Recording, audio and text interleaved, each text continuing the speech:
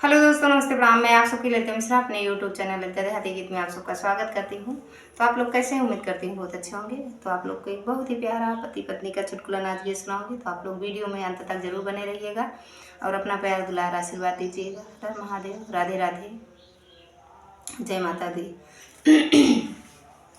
बाहे पूर्वी बयरिया पिया गमनवा मांगना हो। बाहे पूर्वी बयरिया पिया गमनवा मांगना, पिया गमनवा मांगना हो, पिया गमनवा मांगना हो। बाहे पूर्वी बयरिया पिया गमनवा मांगना हो। बाहे पूर्वी बयरिया पिया गमनवा मांगना, पहिली पठौनी ससुर मोरे आइले।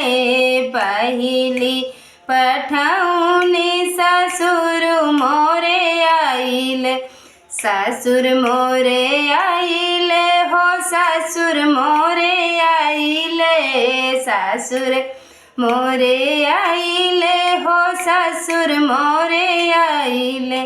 नाही जाबै उनके संगवा, ससुरु बुढ़वा भैले ना हो, ससुरु बुढ़वा भैले ना हो। नाही जाबै उनके संगवा, ससुरु बुढ़वा भैले ना हो, ससुरु बुढ़वा भैले ना हो। बाहे पूर्वी बयरिया पिया गमनवा मांगना हो, पिया गमनवा मांगना हो। बाहे पूर्वी बयरिया पिया गमनवा मांगना हो, पिया गमनवा मांगना।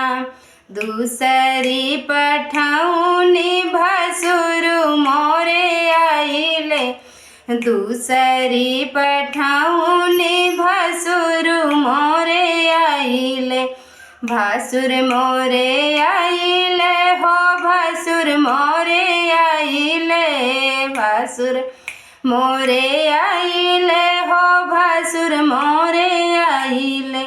नाही जाबै उनके संगवा, भसुरु छुतिहा भैले ना हो, भसुरु छुतिहा भैले ना हो। नाही जाबै उनके संगवा, ससुर भसुरु छुतिहा भैले ना हो, भसुरु छुतिहा भैले ना हो। बाहे पूर्वी बयरिया पिया गमनवा मांगना हो, पिया गमनवा मांगना हो। बाहे पूर्वी बयरिया पिया गमनवा मांगना हो, पिया गमनवा मांगना।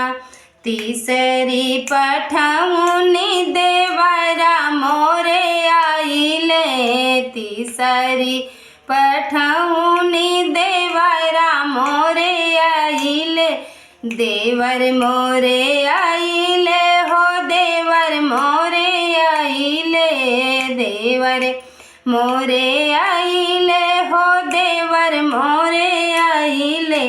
नाही जाबै उनके संगवा, देवरु छिनरा भैले ना हो, देवरु छिनरा भैले ना हो। नाही जाबै उनके संगवा, देवरु छिनरा भैले ना हो, देवरु छिनरा भैले ना हो। बाहे पूर्वी बयरिया पिया गमनवा मांगना हो, पिया गमनवा मांगना हो। बाहे पूर्वी बयरिया पिया गमनवा मांगना हो, पिया गमनवा मांगना।